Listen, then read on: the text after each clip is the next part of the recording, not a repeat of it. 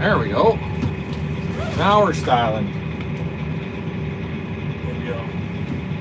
Lower that just a little bit so you'll be able to see. Something like that. Where's that? Everything square to the world. How's that? That should work. Okay.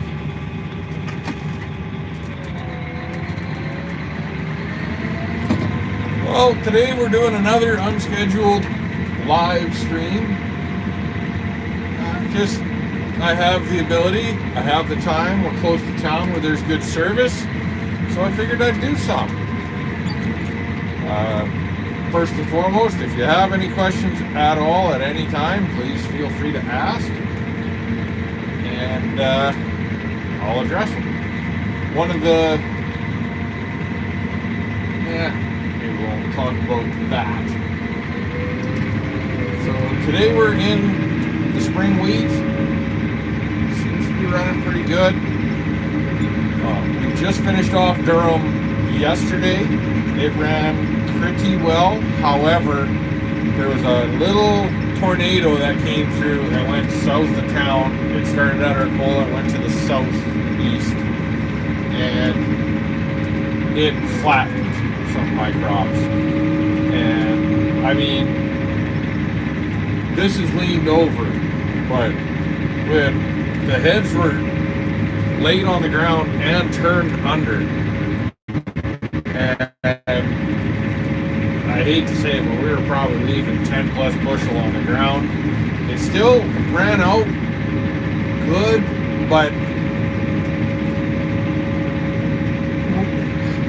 the land down there is a bit rocky, so it's really hard for us to want to be scraping the ground and trying to lift at the same time. With the Mac Johns, you can pretty much scuff the ground and flip everything in. But that was the last one we did that ran really well and probably left the most on the ground. It ran mid 60s, and like I said, probably still left at least 10 bushel on the ground, and probably would have gained another 10 bushel on top of that had it had another rain towards the end of July. Would have been fantastic. But that got me really thinking. I know 2 or 3 guys that, like, we roll all of our pea land. And even down there, I don't mind growing peas where it's a bit rocky. Usually you run the land roller over them and it'll pound them down really nice. But we've never really rolled our cereals. And that, like, I know some guys for a couple of years that they ran pea roll. I always call it pea roller or land roller. They ran the roller on every acre they had. And I think that's a really appealing idea. Now, we don't own our own land roller. We share it. We have 50-50 shares. And we didn't use it for an acre this year. I'm kind of wishing we did on our cereals. Now, it's easy to make that decision in hindsight. But talked to a few guys that have heavy cereals, like lots of barley or oats, or even a little too much nitrogen in your wheat or durum or barley, you can make it just fall over. And if you've already rolled the land, then hey, you can just give her. And with the contour buddies, you're never digging on ends, which is kind of nice. And it's kind of got me thinking that maybe we should seriously consider that we're going to have to start. Now, this is the first time in my 6 years that it's been that flat that I've even had to consider it. But it's a lot smoother going up and down the field.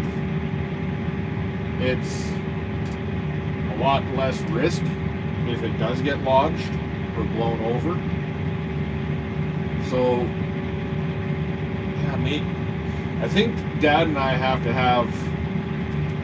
put our heads together and develop a plan of attack as far as what we want for tractors. Now, right now we're running the Delta Track, which is, if I'm going to be honest, way too much tractor for this cart. We have a Brent 882, which is 850 bushels. Like, we were pulling it around with an old, like, when we first got the cart, we were pulling it with a John Deere 8770, and then we pulled it with the Versatile 2375, which we still have the 2375. I'll allude to that, hopefully, if my mind just doesn't get airmail, or I shouldn't say allude, I'll address that. And then in 2019, my first year of farming, this was our brand new tractor to us. This is the Versatile 610 Delta Track, which is, I love it. It's a great tractor. It's just that it's a lot of tractor, and it's an expensive tractor to be on a cart of this size. Now, yeah, if we had a 1,800 or 2,000 or bigger bushel tank, that's a different story. But we're flatland Saskatchewan, we're dry. A lot of the time we're not dealing with any mud whatsoever. So it'd be really nice to kind of rejig our strategy, our tractor strategy. You know, every farmer's got their own tractor strategy and would love to have another 2, 3, 4, 5 tractors. But you know, the bank won't let you, or you don't want to carry that kind of debt load or whatever.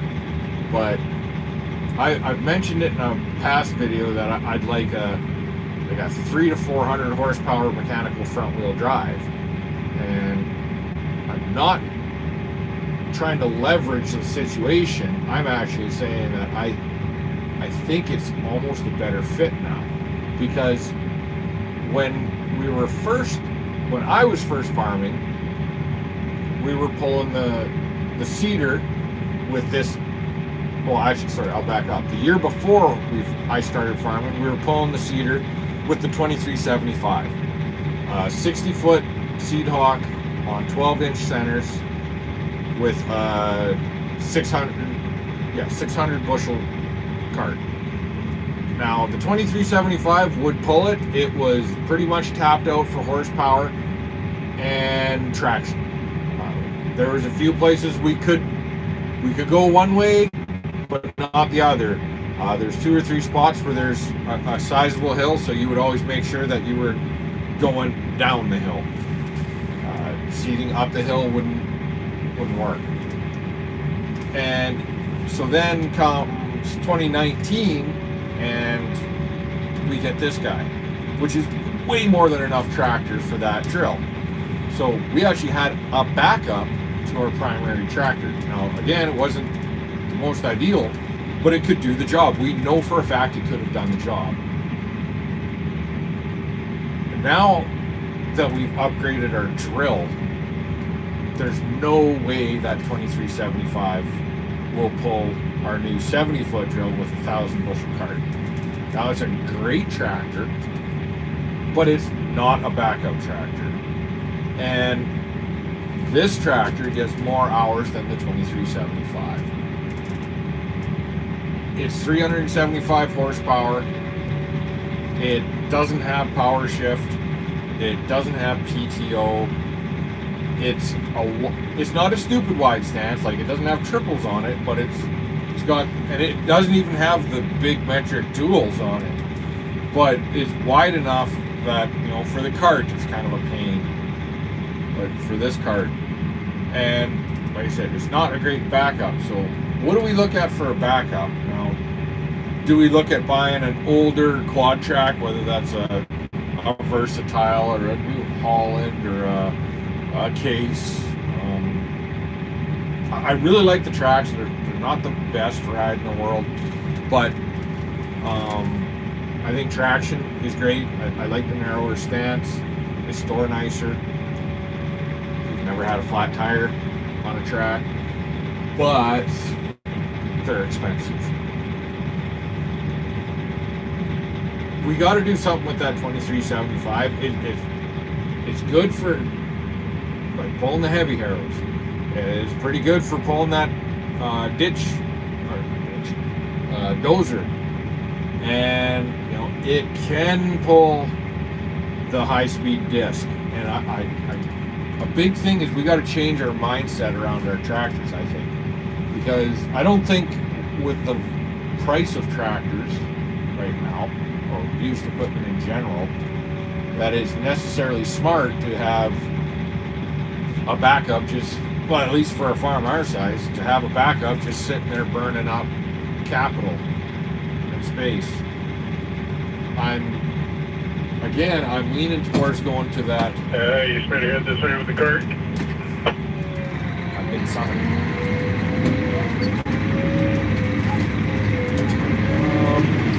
Yeah, so and I hope this isn't too loud. Again, this isn't the most quiet tractor in the world, and I'm going completely across seating. Once you get where you're going with in the same direction, it's fine.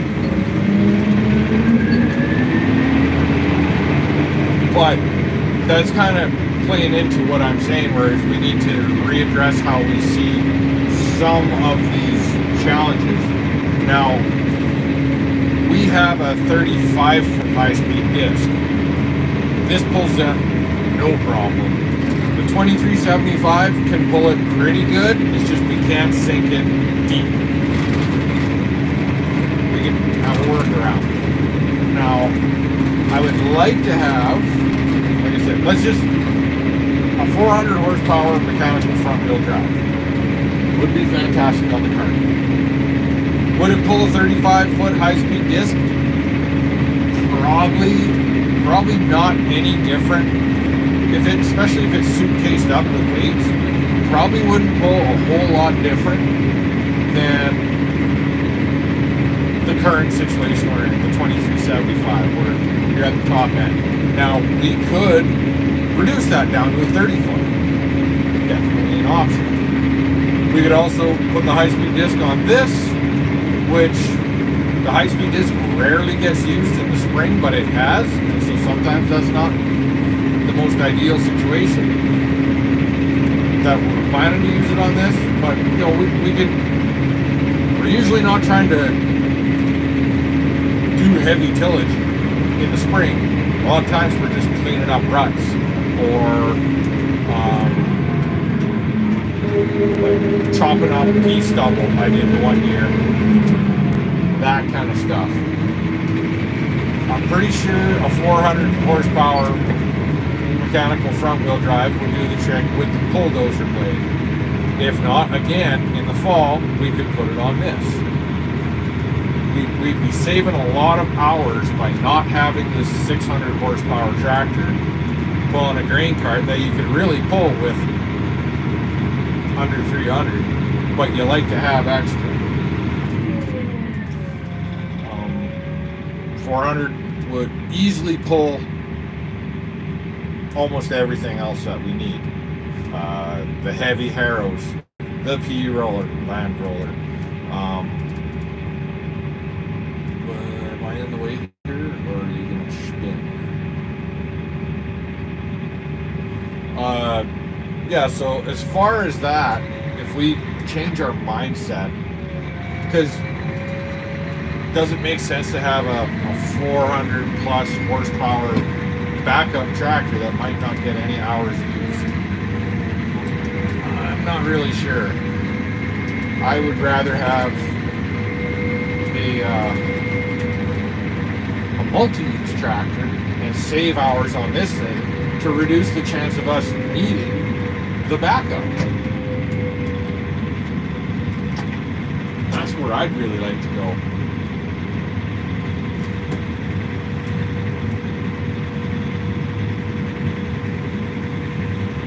Some of these 400 horsepower, I always say 400 because I think that's a real sweet spot there. Our neighbors, Weber's, they run these JCB fast tracks, 8330, and you know, you can get 400 horsepower out of them. They go 70 kilometers an hour. Now, I don't necessarily need that, but it sure is a nice option. They are a lighter tractor. I've seen them pulling a smaller, I think they had a Great Plains high-speed disc. I never thought to ask Mitch how big it was. I remember looking at it and knowing it wasn't as big as the one we have, but it must have been a 26 or a 30 foot, somewhere in that realm. I've seen videos of, say, like a Fent or a Claus, or I really like those Massey Ferguson 8700 or 8740S. Really like that tractor. That would be a sweet fit around here. Yeah, so the simp is weird because like something like a windstorm got me thinking about, or not even thinking about, retooling my thought process on what tractors we should be buying.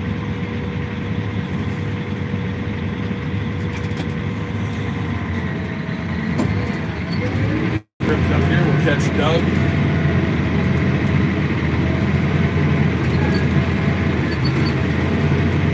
It's gonna be kind of chattery here because I'm going the wrong way.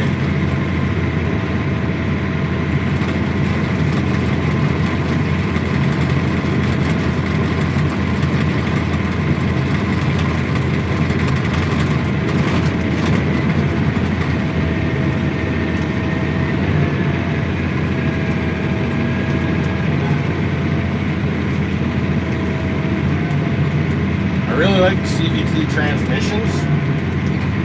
As far as reliability on them, I'm not, oh, this is gonna suck. This is the one downfall of tracks. They do not like going against the grain.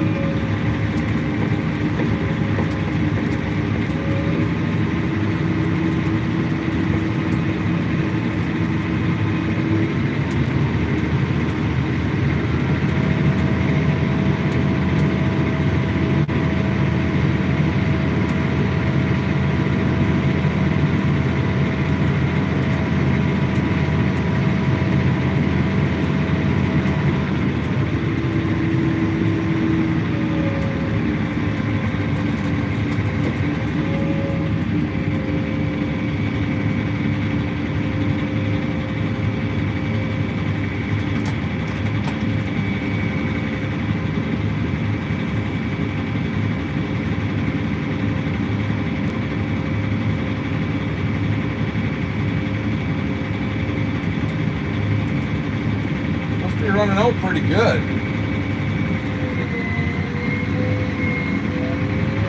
So far it's been pretty average yields, nothing extraordinary. Sure not what we were expecting, you know, beginning in July, man, it was lush. We were getting rains every 3 days. It was frustrating, but we were pretty optimistic. Now, realistically, like we knew once we had that 3 weeks of heat, we had lost a lot of yield, which is tough, but we're not hurting. We'll see what the canola does. We haven't got into our canola yet, probably within a week. You can probably work the west end there if you want, Doug. I'm just going to cut this piece by these caves here and go straight through on this south end. I forgot what I was saying. So what was that, just work the west end?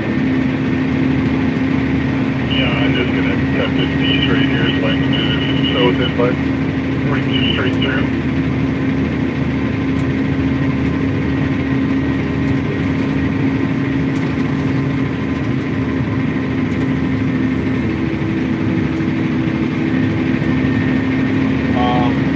Oh, canola. Yeah, we really haven't started into, well,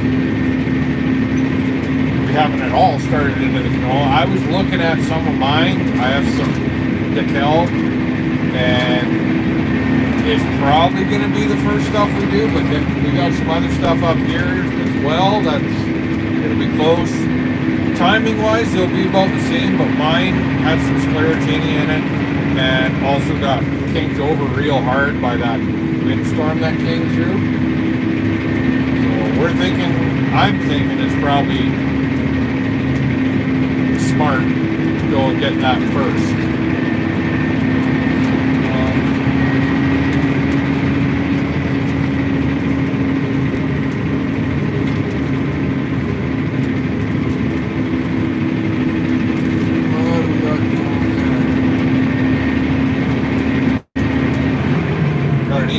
Something, and I have no idea it was vibrating like that.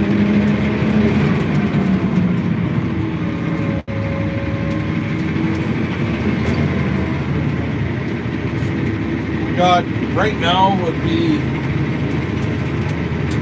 well, Dad's got about 300 acres here. I've got 280 to the east of town, and 600 over there Dad has. So we've still got about 1,200 acres of wheat. 300 acres a day for the two combines is just very big day. Not, it happens, but it's been chewy wheat this year, and that slows things down a lot. And a lot of damp mornings. Haven't had a whole lot of big days, but we've had enough.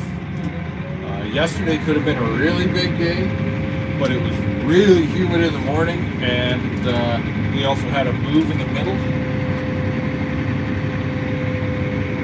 I opened up.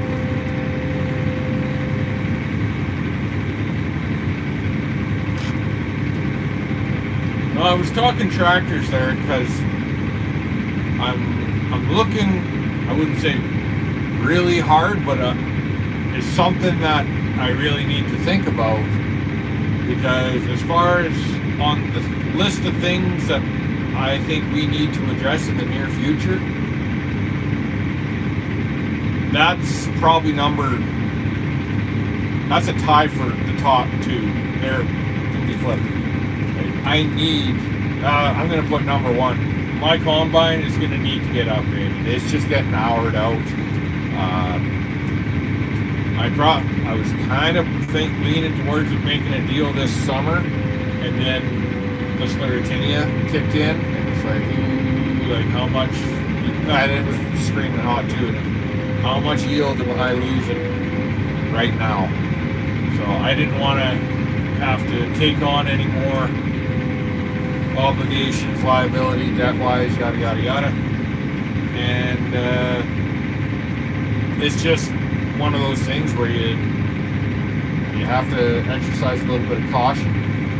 If we had, I don't know, say the markets take off, which they sure aren't right now. Canola's just because Trudeau had to open his mouth. Wheat seems to be hanging in, which is nice. Needs to go a ways up yet to get where it's respectable, but it's trending that way.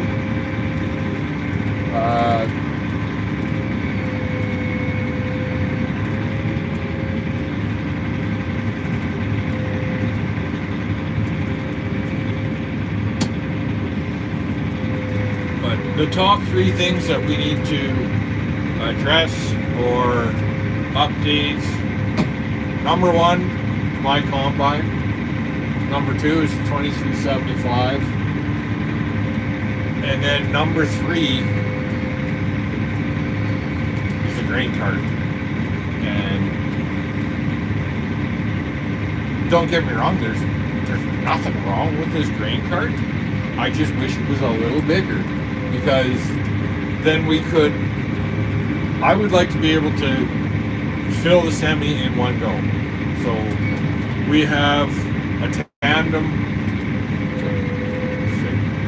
We'll start with small. We still have a tandem grain truck. You can get about 700 bushels of canola on there. I'm not saying it's legal, but you can. Then we have we just bought an Emerald tandem grain trailer that's pulled by the Volvo semi, and I think legal weight for that's around 900, 950. I haven't actually looked into it. And then we have the Timpty triaxle, which is good for 1165, I think, legally in wheat, and 13 something or other in canola. So I'd really like to have about a 1,300 bushel cart. And then fill the semi in one go. But if we had to push that for a year or two, I'm very okay with that. If it needs getting a better setup for this, or where did that go?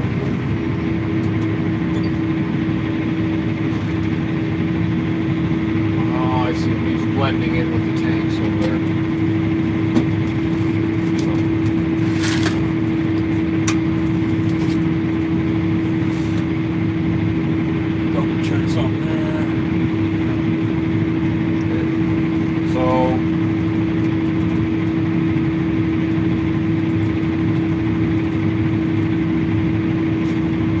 The other thing that the other thing that happened that has me thinking is yesterday I had a drone demo. I got a spray drone demo. And I do feel like they have a fit in the future of our farm. Now, I want one bad. I shouldn't say one. I want a fleet, probably, bad. As far as fleet, I'm thinking 2 to 3. The one that I demoed was they said it was equivalent to 40 acres an hour. Now, is that the actual live? I always change my terminology, and I really got to think about what I want to use. Because, for example, our big sprayer, the Case IH 4440, it's 120 feet wide. If I'm doing 10 mile an hour and that's spraying constantly, rough math puts that right around 120 acres an hour. But if I have to start turning back and forth, my actual is probably about 10 to 15% less than that. So, and then, I should say about 10%, and then you got to fill every hour, so that's another 5 or 8 minutes, and you can see all of a sudden you're probably down towards that 80 acres an hour mark, especially when you're doing fungicide. Especially when you're doing windy fields. Now, just like everything else, they tell you, oh yeah, you can do this many acres an hour, or that many miles per hour, or bushels per hour. And those are obviously like real-time, ideal scenarios. Now with these drones, they call it 40 acres an hour, that's going full. Like, okay, you're essentially saying that, okay, I can do a 30-foot swath, and I'm probably doing 15 mile an hour when I'm spraying. That would put me at 5, roughly. acres per hour. But you're constantly filling those like every 5 minutes. And that's where I have my hiccups. I really liked what I saw out of this demo. There will be a video for it in the next, probably within the next week to 2 weeks, it'll be posted. Oh, I want one so bad. But, like, do I currently have the time to do it? Like, I would love to make a drone trailer. I'd love to have about 2 of them. But for me right now, when you look at, okay, you're going to be constantly changing batteries and you're constantly filling. And the other thing is, like, if you have 2 different drones, you need 2 different controllers. So that's another thing that is a bit of a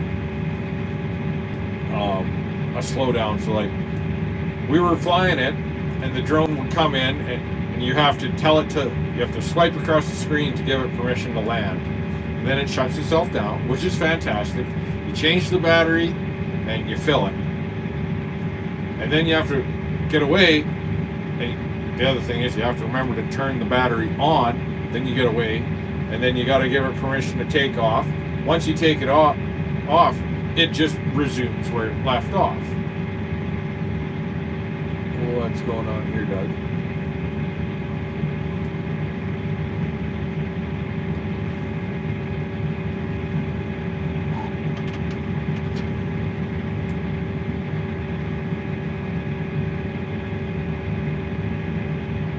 My combine's been having a glitch with a sensor. Yeah, that's exactly what happened. Every now, anyways. So the drone comes in. You got to give it permission both times. You got to turn on the battery, and you're changing the battery every fill. And that just is brutally. I'm not saying slow. It's a fast pace, but it kills your output, your acres per hour. So, like, I see the future of drones, especially with whether it's RTX or RTK. Guys got a base station. You're talking sub-inch accuracy. If you have your trailer set up and, okay, the drone leaves from this location, maybe you've got some sort of nozzle soft dock setup that it lands on and latches and it auto fills. Like, that would be incredible. Not only that, but if you could have batteries that would last twice as long, 3 times as long, where you're not like, okay, maybe batteries need to be more powerful, the motors need to be bigger. But if you look at where things started, like, this is the end of my 6th year of farming. In my first year, drones were a spray drone was just a thought experiment. And to be honest, when I thought of a spray drone, I thought, yes, it would be automated, but I also thought it would be fixed wing. I thought that would be the most efficient way because it's going to carry the extra weight in lift rather than using energy lift through momentum. And I was thinking, oh yeah, it's going to be, I don't know, 12 feet wide, and it's going to spray twice that, probably, and you're essentially going to fill the wings up, and it's going to be battery powered, and you're going to get 4 or 5 acres. That's kind of where I thought it would go. But seeing how fast these helicopter stuff or quadcopter drones have taken over is very impressive. And the one I ran yesterday was a quadcopter, and it had 40-liter tank. So, you know, what I'm saying is, once the motors get more powerful and the battery gets more powerful or lighter, it's like all of a sudden you're doing 8 acres per drone on a fill. That's interesting. Or 10 acres, maybe you're doing 5 acres of fill, but you're not swapping the battery every time. and having to give it permission to land. Maybe for some reason I envision a smart watch or like a smart controller, like Futurama. Leela's got the thing on her arm. I don't know if they ever told us what it was for, but to be just a small little display, you'll still have the big ones, but you're running 2 drones at once so that it knows where you are and vice versa. And you can say you don't have to give permission to land, or maybe it's coming in and it's giving you a 1 minute heads up. I don't know. Obviously, you don't want to be under it when it's landing, but it's got obstacle detection. And it would be just great that, because like when you're running 2 different controllers and you're doing this, you're doing that, I just foresee a mistake happening. When you're running one controller and it'll say drone 1 or drone 2 or what, red and green, maybe you paint them different colors. That is something I did think of, is it would be really nice that these drones have like a cover plate that you can swap out or paint. Some guys like all their equipment to match. Other guys would like differentiated colors or maybe custom stuff so that you know which is which. But if, say, this drone has enough battery for 10 acres, enough fluid for 5, it's going to come. So all of a sudden, you're changing batteries every second time that drone lands. So it's going to come and land and just auto-fill. It won't even shut the propellers off. It'll just land, fill, and take off.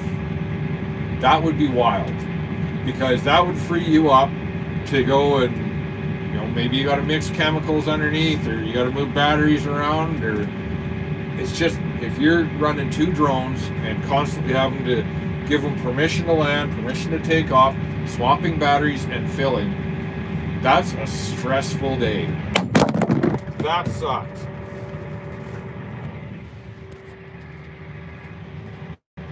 That fell.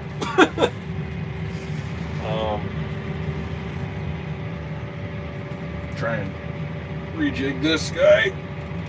I had it that way, I think. Sorry about that.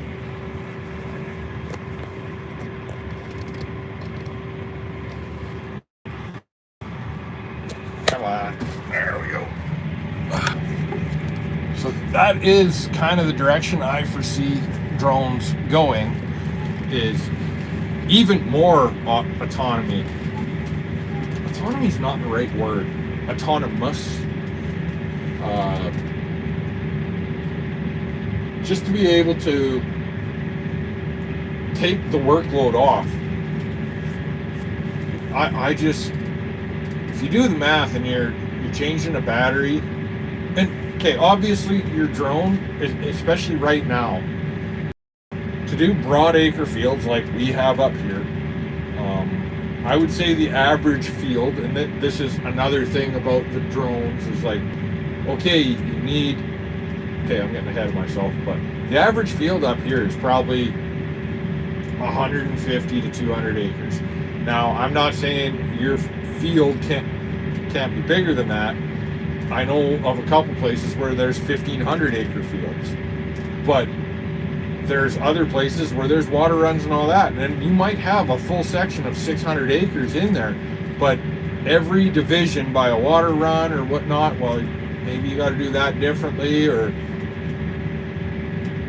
some of the mapping is difficult. To sit there and say, okay, drone A is gonna thanks, Hardy. Bountiful, we're having a good harvest. We're not having a great, but we'll survive. Thank you. As far as the drones, if you're having let's say 43 liters, that's what, 10 gallons. If you're spraying 2 gallons an acre, that's 5 acres on a fill. If we're doing, our biggest field out here is 604 acres. So you can do the math on that. That's 121 fills. That's a lot. And okay, you're doing 2 drones. Let's say you're doing 50 acres an hour. That's 12 hours a day to do a section of land. That's rough. And so, okay, you got 2 drones going for 12 hours. It means every 5 minutes, you, on average or less, you're doing a battery swap and a fill. So, oof, that's labor-intensive work. Where I see the drones shining, though, this is on the positive side, is the small parcels of land, is to get to the areas that would cause a lot of tramp, say lots of sloughs or trees or hills that you're having to go around and dipsy doodle and double drive and all these little triangles, and wet. Oh, you got a water run, or it's rained for the last week and you can't get the ground unit out, and the airplane's fully booked. Hey, I'll just go dabble. This needs to get sprayed today. Yeah, I'll dabble with it. Other stuff would be like pastures. I was talking with a neighbor about this very thing probably 3 months ago, because he mentioned, oh yeah, last year the grasshoppers were really, really bad in the pastures. Well, you don't want to take your ground unit out on ground sprayer out on a pasture, because you don't know the land. It could be rocky as hell, rough, molehills, fence, trees. Like, how much are you actually going to get? I don't know. Versus, oh yeah, we'll just run the drone over. You don't need perfect coverage when you're doing insecticide. That's appealing. Maybe I would just want to go out and do headlands. A couple laps around the headlands with either desiccant or same thing. Sometimes the insects, whether it's for us, is like Bertha armyworms, diamondback worms, grasshoppers. Midge will just hit a field, but a lot of times they're just coming in off the ditches and they start in the headlands. Well, if you can do, let's say you do 3-4 laps of the headlands. That's 120 feet. That's like doing 1 lap with the ground unit, and you don't do any trampling. You don't have to, like, you can drive your trailer out there. It'd be pretty slick. You do little yards, even if you want to do a quick rip through your bin yard or your front yard. Maybe you have like a apple orchard or raspberry patch, Saskatchewan, something like that. They would really be handy there. Or just a thought, it's like, say Dad goes out and he does all the easy straight stuff in the field, and then I upload that as a coverage map, and then I can do what he didn't want to do, because maybe some of the stuff was too wet, or maybe he got on the wrong side of the field and didn't want to run back to trample over or double tramp some stuff to get 3 acres, when the drone can just rip over there. Or like I said, maybe it's just windy, swaley lowlands or a lot of bluffs that you just can't do without trampling the hell out of it.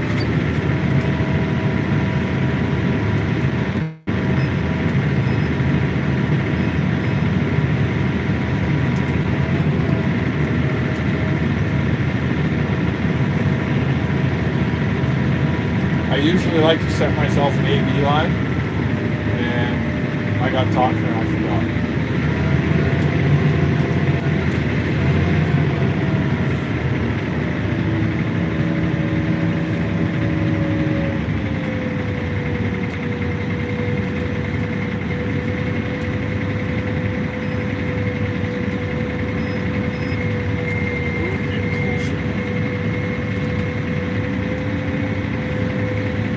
Spin things around here for minute once I'll probably have to get done as well.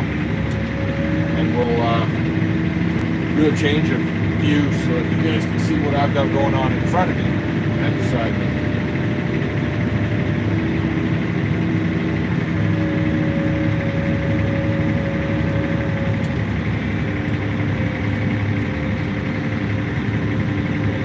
We're actually coming up on the one spot in this field that I almost got stuck this spring.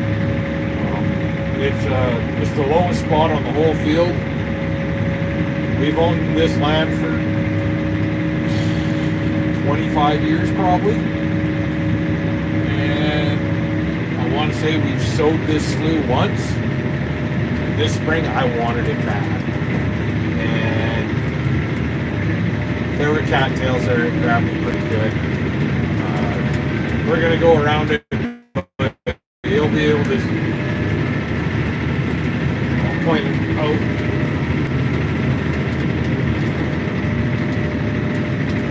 My ruts actually fell in. Oh, it's pretty much right there. It's a big rut.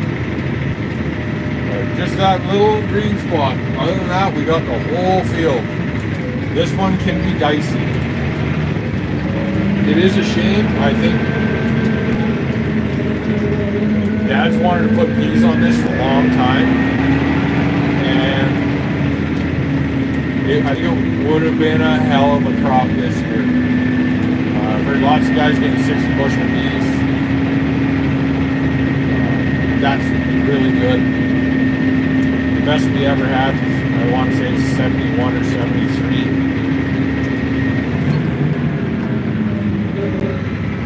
It does seem to be running out all right over here.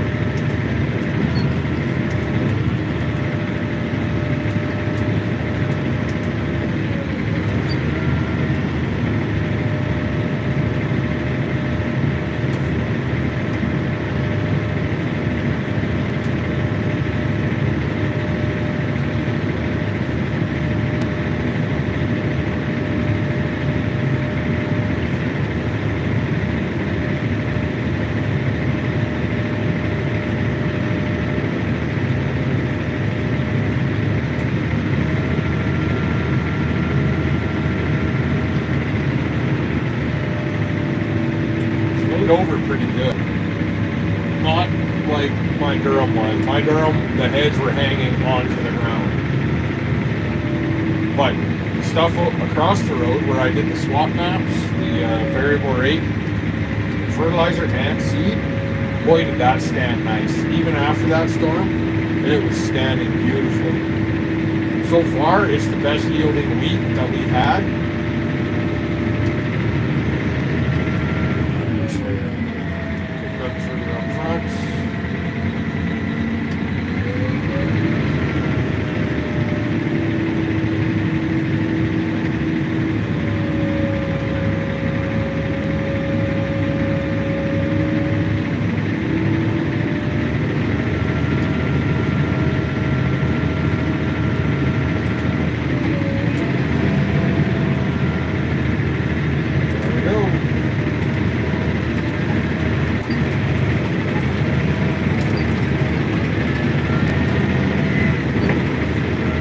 Right now, I guess I pointed the wrong direction, but like we are half a kilometer from Carlisle. We call this piece the airport because it's right adjacent to the Carlisle airport. Don't try and buy tickets to get here. You can't. There's no WestJet or Air Canada. The RCMP have a plane that comes down every now and then.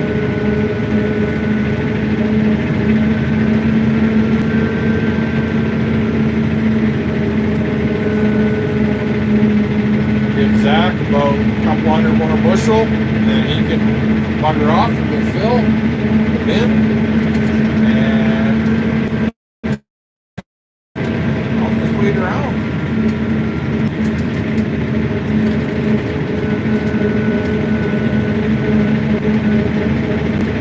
It's trying to rain. It looks like it should be raining. Like it's a weird colored sky. It's so smoky today. Eyes are still just burning. But it's looking like that all day, and this is the first time we've had some spits on the window.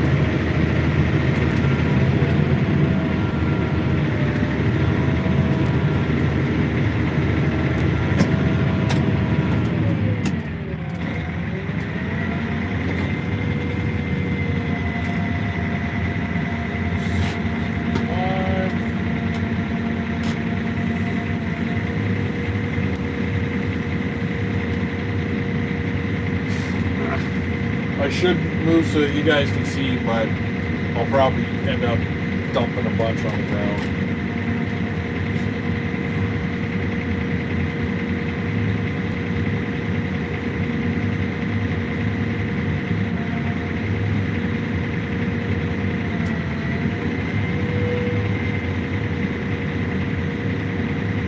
Should I press it down?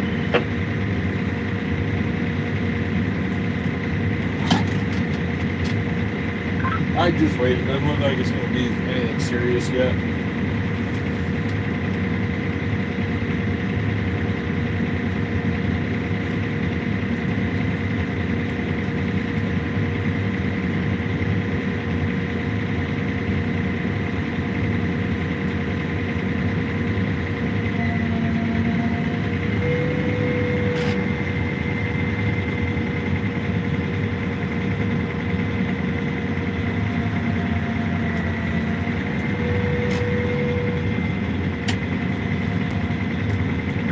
You're good.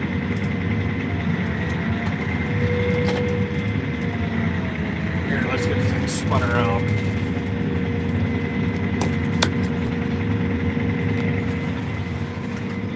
Nope, that's hooked.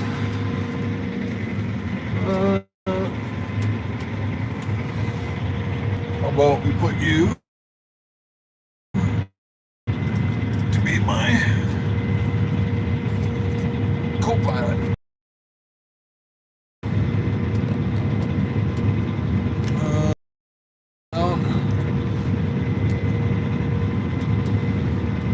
Kind of a weird view.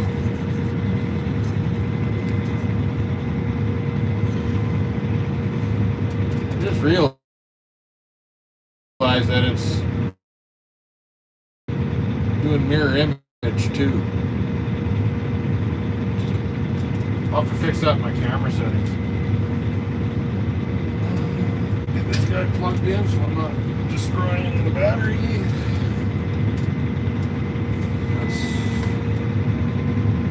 Maybe I'll move you a bit this way. So which one? That one?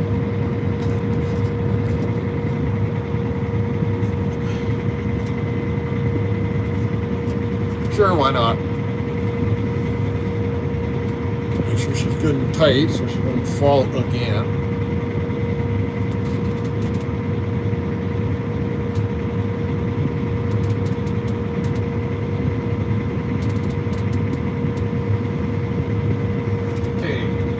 Spun around and fill the other truck. So 300 bushel in there.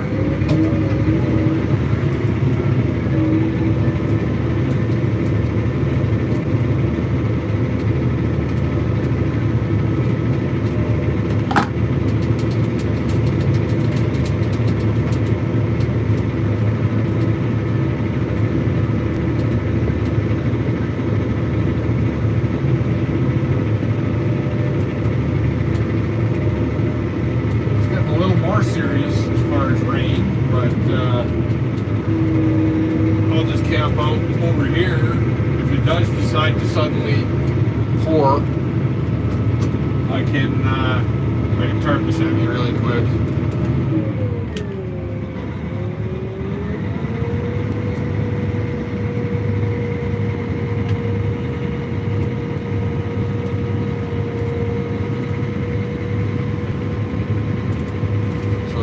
Unfamiliar, up here, this guy's called Libra cart. It is a Bluetooth connection to my load cells. So we have 3-point load cells in the cart, one on the hitch, one on each axle or spindle, and they take the pressure, they turn it into a voltage differential or voltage ratio, and send it to a little box. Now that box sends it over here, and you can see my cart's draining out, and you can see that's actually going up. So it works. I've talked to the Libra cart guys a couple of times. They reached out to me once through YouTube, and also once I chatted with them at I didn't even know it was them, but at a booth. I think it was at Brandon Egg Days.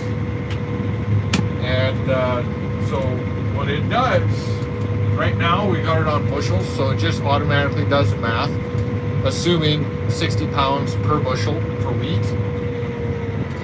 Or I can change it over to canola, and it'll say, oh, wow, I think canola's 50 if I remember right.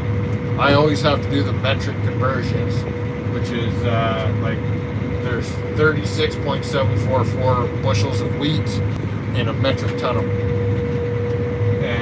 or there's 44.092 bushels in a metric ton of canola, or so on and so forth. But you pre-populate everything, and it keeps track. It knows, okay, the wheat is coming. It knows it's wheat. I told it it was wheat. I actually did all the setup ahead of time. So it doesn't matter who's in the cart, they just have to tap it.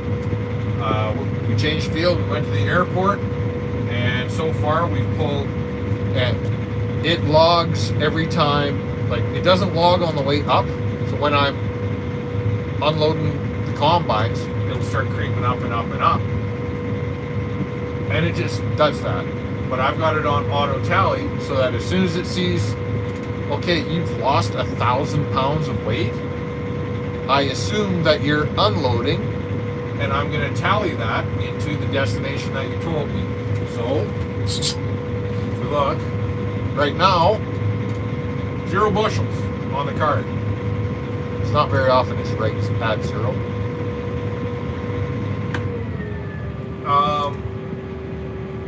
So far, there's been 2,145 bushels harvested off of this field, but we're sending it to, I called our bins. I don't know if you might be able to see if I spun around, but there's a truck coming. Our bins are 1.25 miles away. I can see Zach pulling up to the auger right now.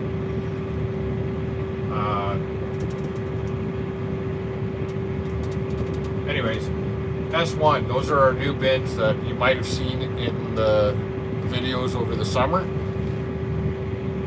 So S1, I just call it the left one, or west 1, 2, 3, 4. S, I called it because it's the southern row at the yard. We have a east row, we have a west row, that's the south. And I think if we ever just add on, we'll just figure that out. But this is one thing that I've asked Libra cart to look into, is if you can assign a volume. So what I do is in the name S1, I put 31K, which is a 30. Oh, sorry, Dad sent me a text. 31,000 bushels of storage. It would be really nice if it had like a percentage over here of your destination. Yeah. other than that, like, it keeps track of. So we've got airport, we've got bins at the airport, and right now, okay, there's Durham in 2 of them, a grand total of about 18,000 bushels. Or down at my uncle's yard, we've got Durham in 1, 2, 3, 4, 5, 6 bins there, 7, 6, yeah. And we've got 1 open bin and a couple that are still have something from last year. And we can also go into fields. And let's say we're just down south. Oh, we're under Dad. We didn't do anything down south for Dad. I can see, okay, off of my one field, I had 61 bushels an acre, and my other field I had 52. So this is accurate enough that I mark it based on these numbers. So I'm really a fan of this Libra cart. It takes all the guesswork out of it, and at the end of the season, I can have an Excel sheet, and I know every transaction, or I can just send reports, and I can tag my dad, and I can tag myself, and just, okay, you've got this many bushels here, here, and here. Your field, this came off of that, X bushels. So, and we know how much to contract, and we know how much, to report to crop insurance. So much so that last year we had a bit of a claim, and they came and they were prepared to measure bins, and that Dad's done that. This is the first time I ever had somebody come out and do bin measuring. They measure the height, they measure the diameter, and they say, okay, this is a X bushel bin, and they measure how far up the top it is, and is it cone down or cone up,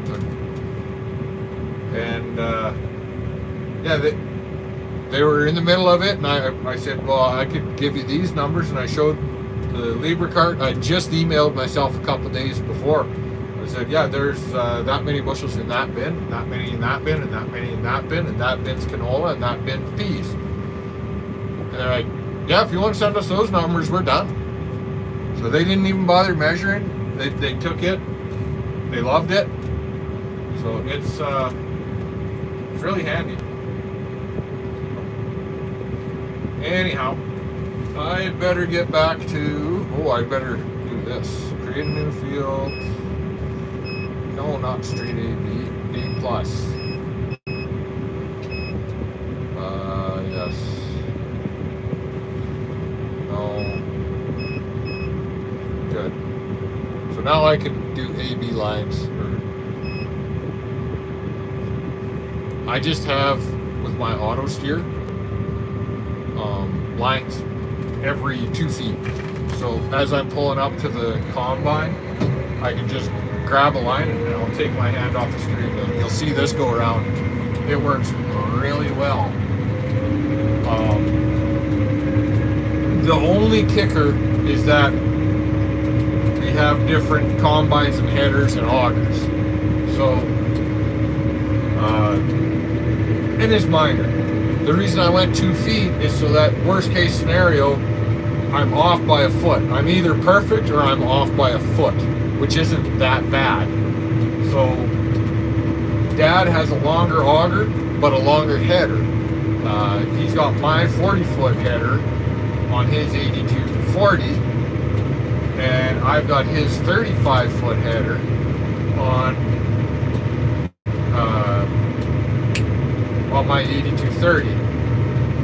And so because they cut different widths and whatnot, normally, like if they both were the exact same and I knew that they'd started in the middle and just went away, I would match one of their lines, pick that, and I'd give myself an offset, and I'd be perfect every time. But they're not identical combines with identical headers, so I really can't.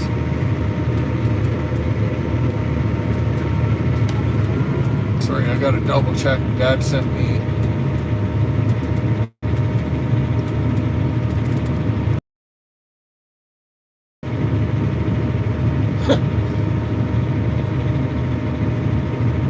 Yeah, that's pretty good. No, just people knocking on our door for, oh, we heard you got some durum. Yeah, we're offering this special. It's like, that's not a special. Especially, number one, I haven't sent my durum away for sample testing yet. So I do need to do that. I was thinking I was going to have light wheat, like light bushel density, bushel weight. But I was talking with my second cousin. My dad and his dad are cousins. Is it second or third? That must be third, because I think my dad's cousin is my second cousin. So that, I'm pretty sure. Anyways, he farms. I have some stuff around him down there, down south of town, and he had some durum he took off, like, when would that have been? Over the week, I guess, late last week. As soon as things got dried out down there after that storm is when he did it. So my durum would have been the same condition. And he said he got his sent off and it was still 63, 64 pounds per bushel, which is very good. My last field is probably the nicest quality-wise looking durum that I've ever grown. I'm hoping it goes a 2.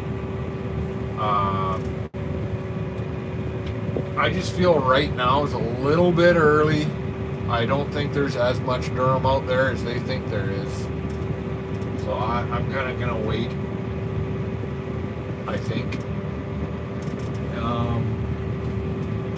Especially, the other is going to be quality. I think I haven't had mine graded. Dad had some of his graded already, and I can't remember what it was. I think it was 2 or 3. It was high protein, which is good, but it definitely wasn't bad. I thought mine initially was going to be worse than Dad's because I got more rain, but it seems to have been okay. Not really sure. And if you're not familiar with... We're full here. What's that? Said we're full.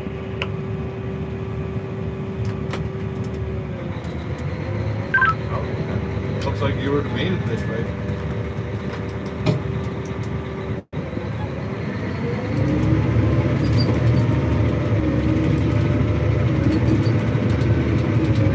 Durum is used in making like semolina, flours, like pasta flour, that kind of stuff. Oh yeah, now he looks definitely more full.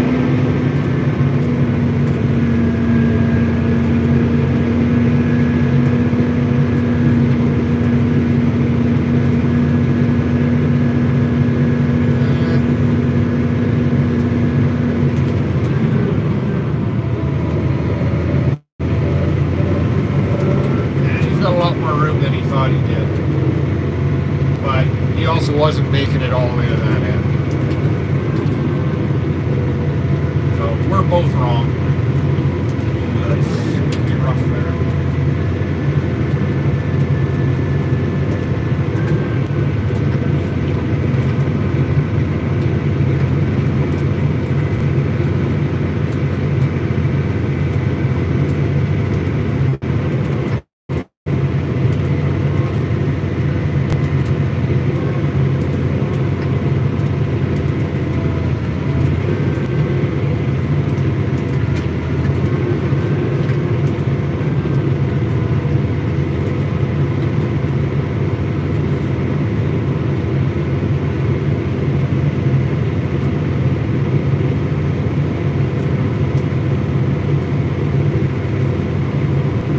Those are dirty.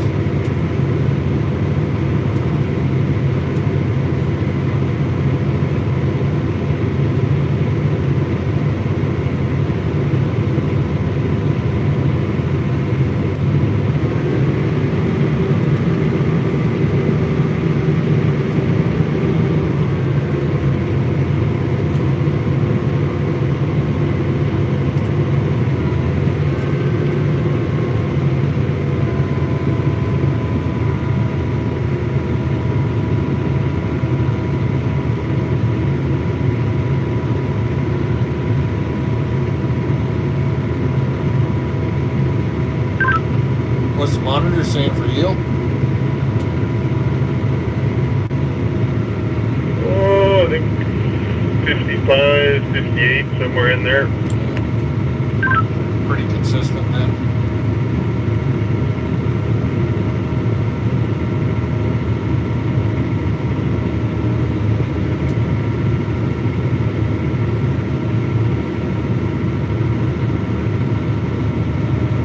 I just quickly saw a message asking how it was yielding, so yeah, around that 55 mark, which is probably average. We had a few good years, and I think my average might have gradually inflated a bit, but and the other is expectations based on how the weather was this year. Boy, it's hard to see 55 this year when we had so much rain early on and then it dried up, versus, you know, we had 55 in the wheat last year and it was drought the whole year. Like, we had 2.5 inches of rain and still managed 55. So you got to adjust your expectations, but also the crops will grow to what they think they can, or they'll develop to what they think that they'll be able to attain. If it's dry and whatnot, they're going to grow themselves shorter to save on nutrients. And then, like, it's better. Like, there's an old saying, plant in the dust and the bins will bust. I'm sure everybody's on the farm's heard that. And that's, you know, the crops will think that it's... What did McLeod's end up being?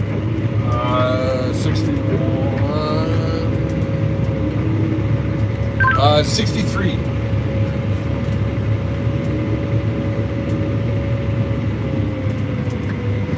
Which, that McLeod's is where I did my variable rate. And anyways, yeah, you know, you put the crop in and it's dry and it's gonna start building a tough,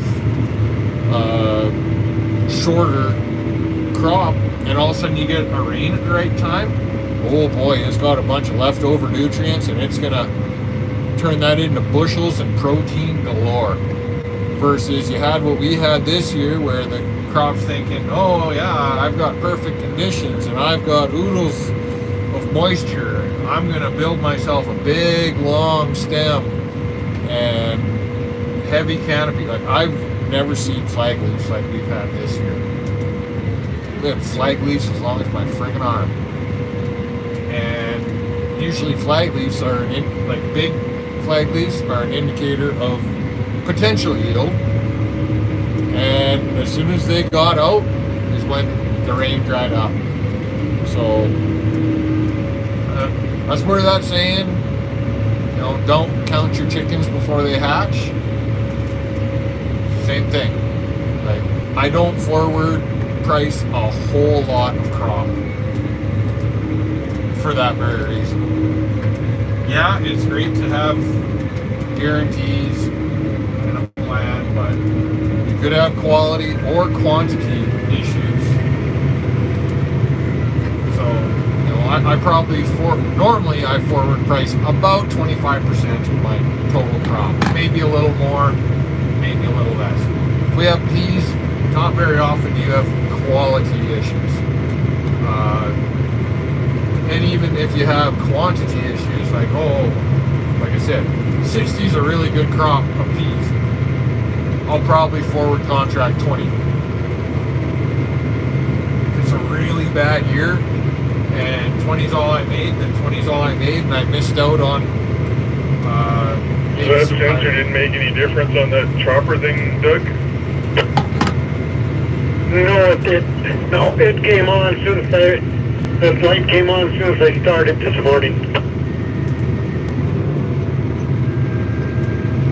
You want me to get your rag to throw over the monitor?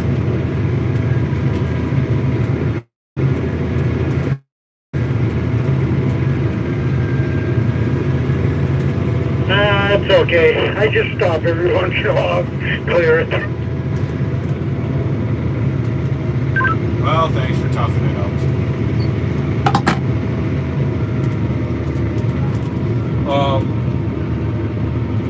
Now Durham, I've had. Actually, all I do is just disengage everything and throw when I meet at the end of the field, and it takes about 30 seconds. So.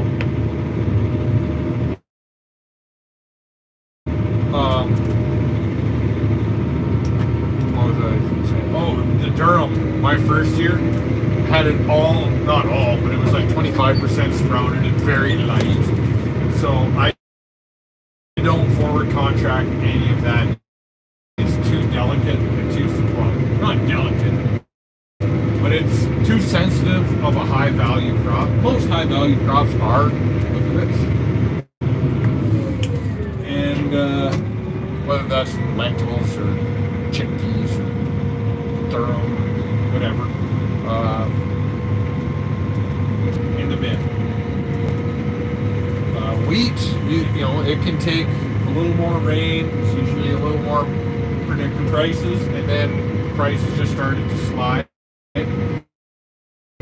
So I'm kind of I'm not very well. Canola, I'm in a pretty good spot. I was I'm happy with what I have priced. I wish I would have priced more, but I also don't know exactly how much I'm going to have with this opinion.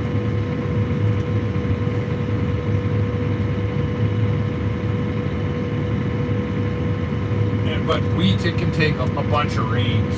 Like, you'll lose some color, and you might drop down to a 2 instead of a 1. But, like, Durham's just got so many grading criteria. To get a number 1 is, around here, is very rare. You get further south where it stays drier, they have a phenomenal Durham crops, quality-wise. I don't know what a lot of them grow quantity-wise, but yeah, when it stays dry, when the crop is mature, that's going to keep your quality up there. And you know, you don't have midge damage or fusarium.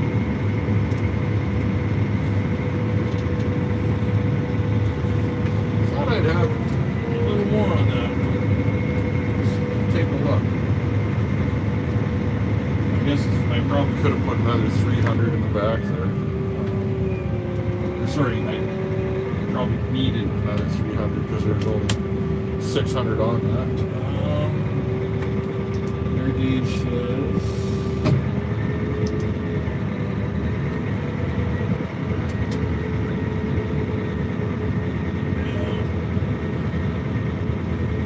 yeah, I got a little heavy on the front.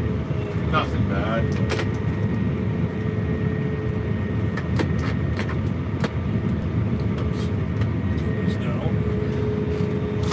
I did comment come in there. How big of a grain cart are we using? We have an 850 bushel Brent 882. Why they call it an 882, I don't know. I always assumed it was 880 and like a second gen. But I think I remember looking up the specs for it because I was looking for something, and I found that they were calling it an 880. So they had like an 880 and maybe an 881. The two is something to do with the size of the auger. I think it's a 20-inch auger, and the rest I don't know, but it's 880. Still liking the Mad Concave? Yes, very much so. I wish I could post a picture right now, but it's on this phone, of what our sample is in the wheat. I could run and grab a sample out of the truck, but it is a phenomenal sample. Beautifully clean. The wheat was a bit tough. still is. The stock is tough, but the first while we were having a lot of white caps in the truck sample. So like essentially right now, what's the truck? And then that storm came through, what was it, 10 days ago? And after that, no white caps. We had really, I think part of it is there's green straw in there, so it's not getting rubbed together, that is ripping those hulls off and cleaning them up nice. And I don't think that mattered whose concave you were using. I talked to a couple different guys, and they were having the same issues, whether they were running Stocks or Sunnybrooks or John Deere or Case or Mad or whatever. So yeah, I don't think it was mattering to begin with, because things were just tough and the straw was kind of protecting it. But that stuff, there's two different sides to it. Like I said, it seemed to have made it, the hulls come off easier now, or shells, whatever you want to call them. But the stuff that was in the bin originally, we had left the hatch open, and the center of it got pretty wet. So we pulled that out, and then we were gonna just kind of blend it and then put it on air. And then we got it up onto the trucks, and Dad's like, oh wait, I've got a contract, I may as well see if they can take it. They took it. It tested dry. And like the stuff, when we were pulling it out of the bin, was beautifully clean.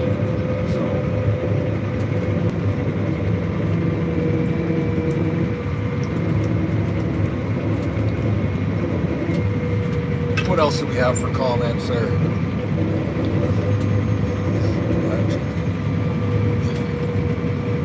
Farm 365 had Jeff out for lentils, and we're cracking kind of worst case scenario for lentils. Oh, really? It's weird that they were that aggressive. I didn't have the mats when we had lentils. My opinion on that is moot. Like, I'm surprised. Other than that, like, they've been really good to us. Nice tractor, Dalton says. Oh, he also asked how big the grain cart was. He also asked how big things were, or good things were yielding. Yes, I quite like this tractor. The cab is excessively big, which is nice, because like I'm 6'4". I don't know, like fully extended, and I can't touch my toe to the windshield. I do wish it had like the foot pegs, like the sprayer does, down on the side of the steering column. I wish the computer was better, but man, there's, some of the controls I wish were different or better, but it's gonna try to seriously rain all of a sudden. Yeah, like one of the big things is I'm gonna focus on the computer here. Let's take a look at this thing. I don't know how well it might flash. The frame rate's kind of goofy. Whenever I film using this camera, which is what I normally do, it flickers pretty good. Oh, wrong way. Yeah, that looks kind of clear. So this, like I said, it kind of sucks. It's not the most user-friendly in the world. It's not all that customizable, as you can see, or maybe you can't, it's hard to see. We had to add on a GPS. I find that strange. In like when we bought this in 2019, I found it really strange that they didn't have onboard GPS. I talked to Matt at MY Precision Ag, And he said he knows of one guy that changed this over to a Viper 4. And I asked how much that cost, and he said it was like 30-some thousand. I'm like, ooh, that's a heavy bill. But yeah, it's a clunky, slow display, not very customizable. Like I should be able to have all three of these in one. Right? I don't have enough. Like you can see, there's a camera, and I can make that camera bigger. Suppose if I select it, oh, I've got to scroll over. And like you see, I can't just sit there and go like, I want to see there. Sometimes you can, sometimes you can't. But I guess the max you can get is 2 inputs. I wish you could do 4, because then I could do away with this. PTO. There's not much to it. That's probably a bad example. This, it's kind of dumb. It's supposed to be like a tractor info page, and it seems like it got copied and pasted from like a mechanical front wheel drive, because it's showing, okay, there's your tractor suspension. Now we do have diff lock on this thing, but front wheel traction and auto, or front wheel engage and auto front wheel engage, and it's like, well, we don't have those. That's not an option. And like, why don't we have a ground sensor where, like, not a ground sensor, but a ground radar, so that I can know, okay, well, the GPS speed is this, and the axle speed is saying this, but the ground speed is saying you're only doing 90% that, so you're at 10% slip. Or, that's kind of a basic settings page. This tractor info one, we haven't figured out the acre counter thing, how to draw it, or there it is. There is, but you can sit there and say, yeah, it's however many feet, but we haven't figured out how to make it trigger itself. Like if I go 0.2, the implement's 0.2, but it doesn't know how to say when the implement's in the ground. Not that I would really ever use that, but all of a sudden it's like, oh, your total distance, your total acres per hour, they're all 0. It's like, well, that sucks. The headland, it's kind of dumb. Like, I shouldn't say dumb. It's good because if you had a complex system of things that you had to do using exclusively these controls, you could record it if it was repeated frequently. But we couldn't do that on our other one, or our other drill, which was the most complex one, because you're using 3 different monitors. You're using this one to lift and lower your shanks.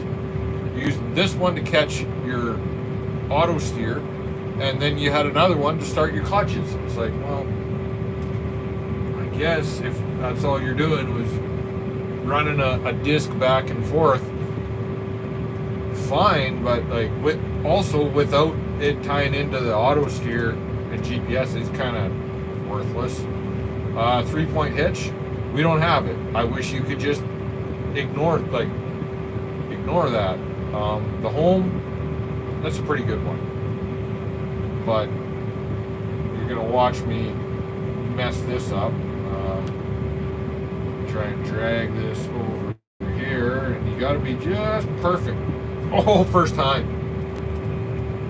We've had days, well, 2 years ago they came out and they did a software update on this thing, but we literally had one day where everything was we could just use the top corner of this. And right now the top corner is the hydraulic one.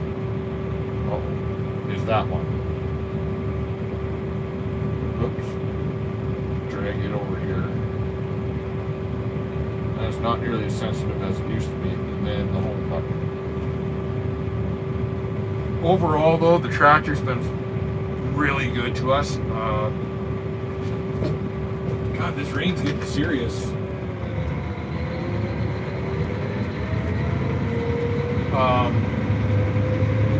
We had some def issues at one point. Nothing serious, and it was all covered under warranty. One of the first things we had was the PTO clutch was really whiny, and I mean like from day one. It was right below, so we almost had to yell at the cab the whole time. And the cab's noisy enough.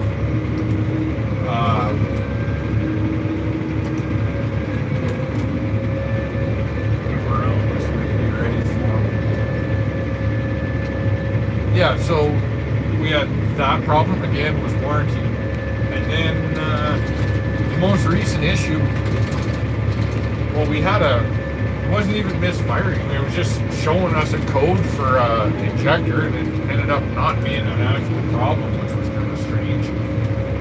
And the reversing fan, which I love as an option. It's down here somewhere. We've never had to blow this thing out, but we did have an issue where it's a hydraulic instead of an air, which really sucks. And when it leaks. So we had a while where it wasn't functioning correctly at all, and it was actually getting really hot in the cab because it would get stuck on reverse. So it was blowing really hot air, like the radiator air, forward into the air conditioning condenser, and just overheating it. So you'd be like just sweating it out here. And then eventually we started having a little leak, and it was just dripping all over, and we had little specks like this everywhere. We're still seeing some dust, but I'm not sure how much longer we're going to be able to go.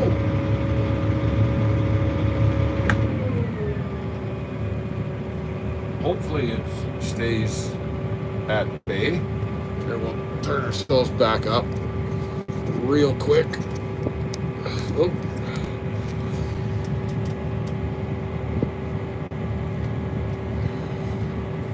Turn around. I don't see Doug there. Maybe I'll tweak this. Oh shit. There we go. That's crooked as hell, but that's Doug.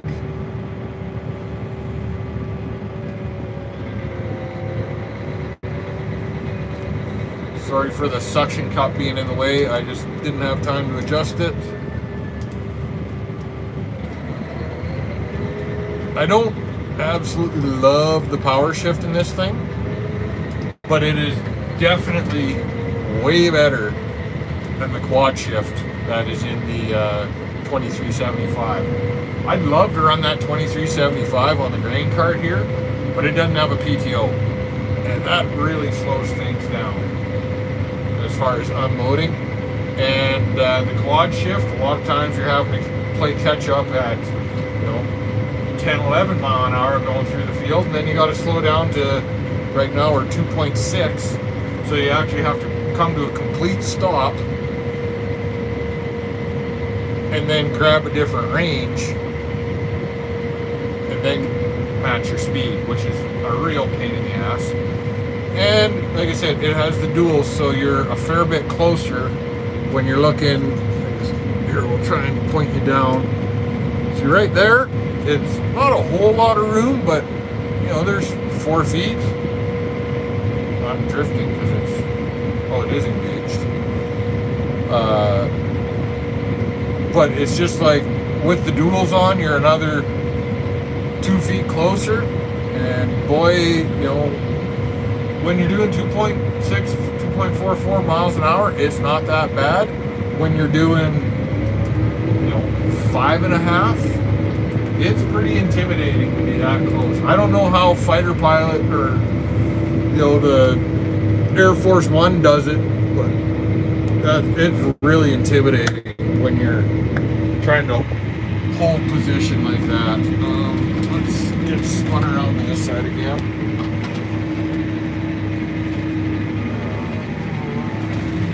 Here, we'll put you over here for the time being. Spin you that way. Oh, whoa, sorry guys. There we go.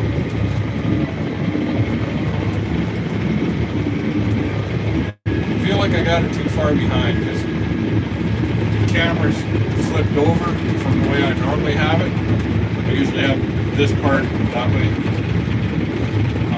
It just feels like it's on my back.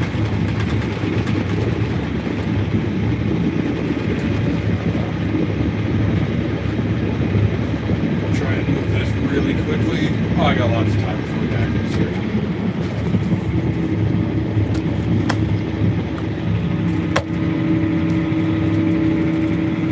There, that's better, at least for me.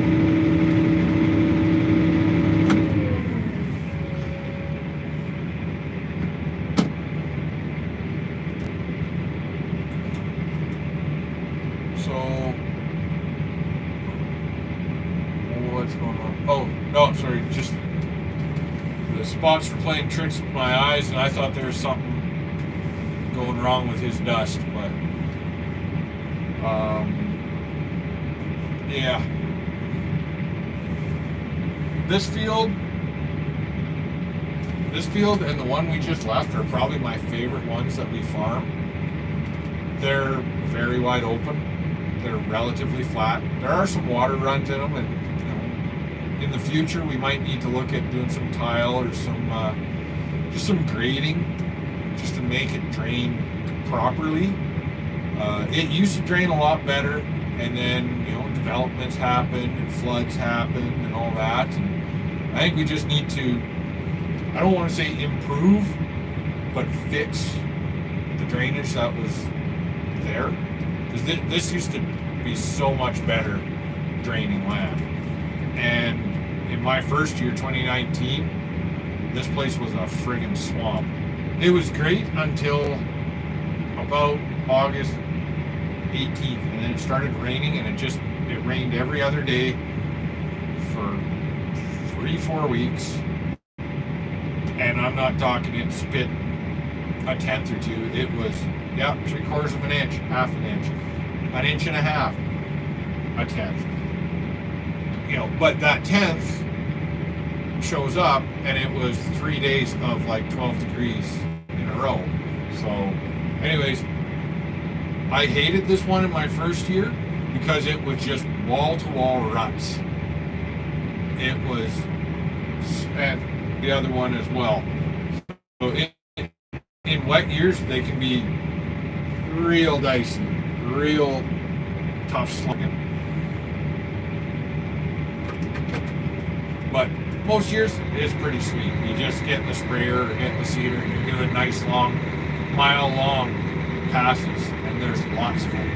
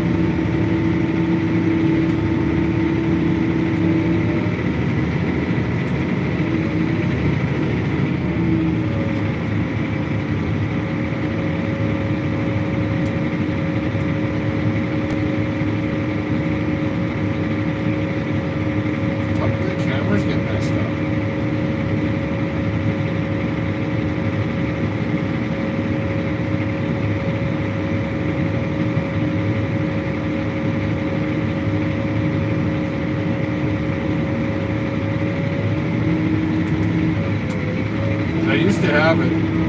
Camera 1 was the front one. Camera 2 was the rear one, looking forwards. Camera 3 was on the end of my spout. Camera 4 was looking straight behind me going up and down the road. Right now, channel 3 is my front one looking back, and vice versa. Channel 2. So channel 1, 2, and 3 are screwed up. But channel 4 is correct.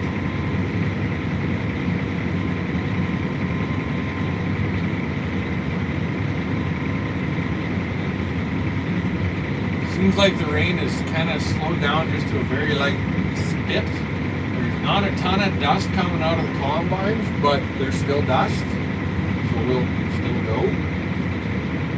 Ooh, there was a rock. Yep. Nothing huge. That's the other thing that's nice is these two that I call my favorites. Very few rocks. Like, it'd be nice to get out and pick them every year. You're always pulling some up, but not a whole bunch. And I don't think there's any deadheads here. You go down south, there's a lot of deadheads.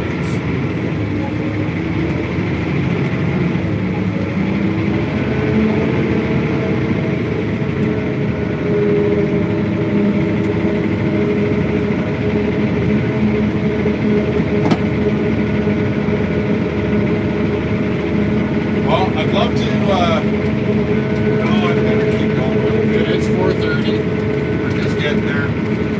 My voice is actually getting a little bit scratchy. It was stupid smoky this morning, and we were dusting off the combines because we had one sensor issue. So Dad's on the auger of the auger in sensor. The cable shorted out. I'll be able to repair it, but we got a new sensor, we put it on. That sensor is the same proximity sensor in about 5 different places on these combines, so it's good to have a spare.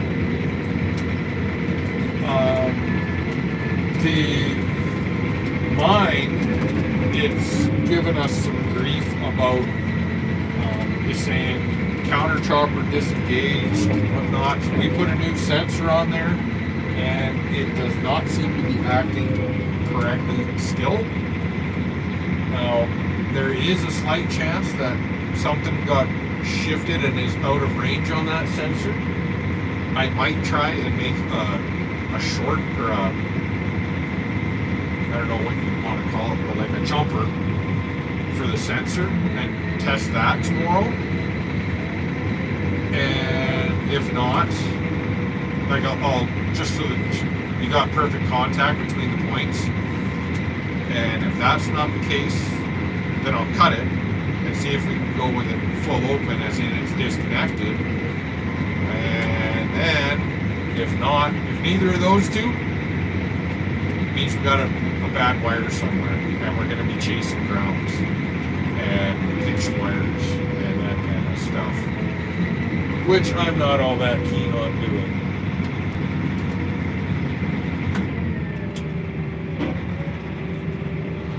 But that's part of the job.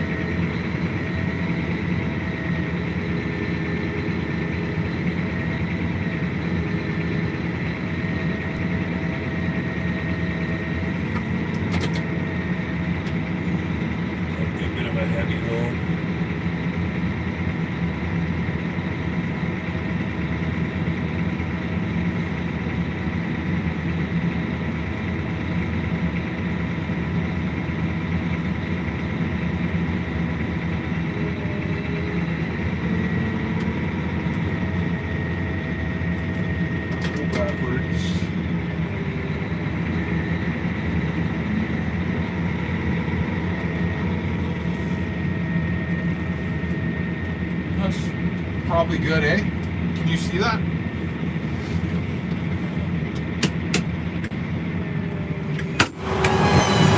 pressure there.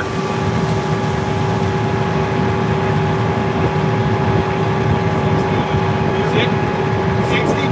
I can give you a little more.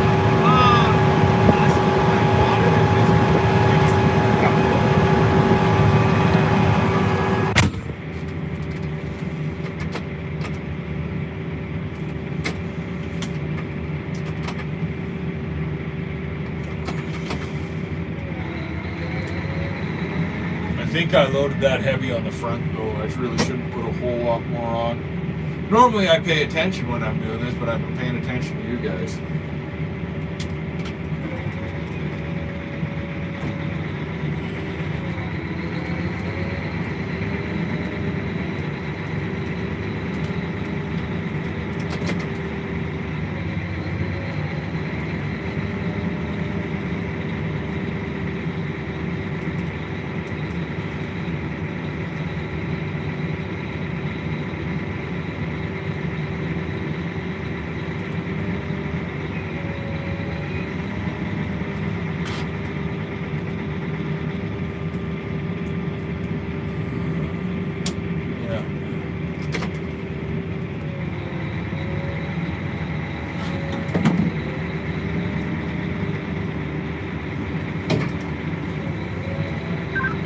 Probably is going to be a little heavy on the front.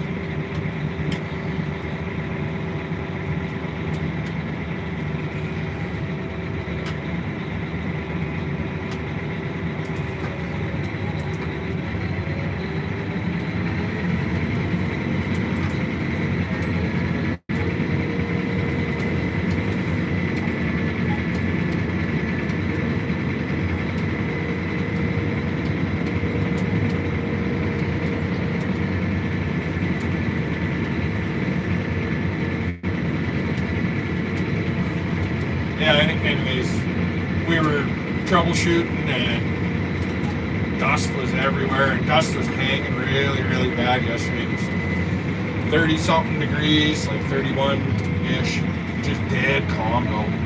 And I was running the auger, I was trucking grain all day yesterday. That and the smoke, I'm just feeling it in my voice. So I think I better sign off here. Again, I want to say thanks for tuning in. And don't forget to like and subscribe. All right, take care, everybody.